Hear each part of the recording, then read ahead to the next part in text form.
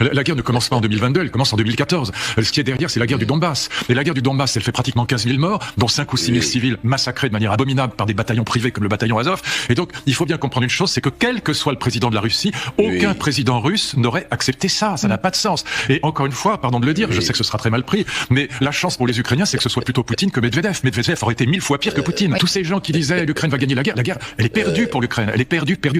Donc, avec ce type de propos et ce type de position n'est pas entendu par certains. Bah, surtout pas ici, mais bon, peu importe, c'est quand même la vérité. On disait il y a 2 ans, j'entendais partout, la contre-offensive ukrainienne, ils ont perdu la contre-offensive.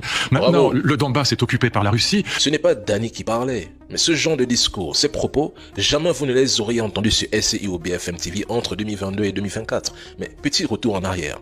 En 2014, lors du coup d'État en Ukraine, le pouvoir pro-occidental s'est mis à éliminer les populations du Donbass, des russophones sans défense, simplement parce qu'ils refusaient de s'aligner sur l'ouverture de l'Ukraine à l'Union européenne. Ils voulaient leur indépendance. Ce crime, pourtant flagrant, n'a jamais... Écoutez bien. À l'heure où la France est dans le collimateur de Donald Trump. Certes, nous ne sommes pas directement cités dans la nouvelle stratégie nationale de sécurité signée par Donald Trump, mais malgré tout, ce document, sans nous citer, met bien en cause notre pays et Emmanuel Macron, accusé de ne pas avoir les moyens de défendre l'Ukraine dans la guerre face à la Russie. Regardez ce qui est dit dans cette note.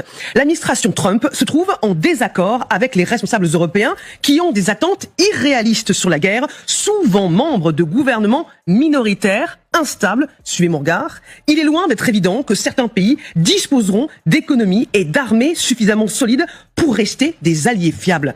Magali, pardonnez-moi, nous ne sommes pas nommés, mais la gifle, elle est cinglante pour nous. Il parle de la France quand il parle de gouvernement minoritaire et instable. Dans le document, l'Union européenne est accusée d'avoir saboté les efforts américains visant à mettre fin au conflit et Donald Trump affirme que les États-Unis doivent rétablir la stabilité stratégique avec la Russie, ce qui, selon lui, stabiliserait automatiquement les économies européennes.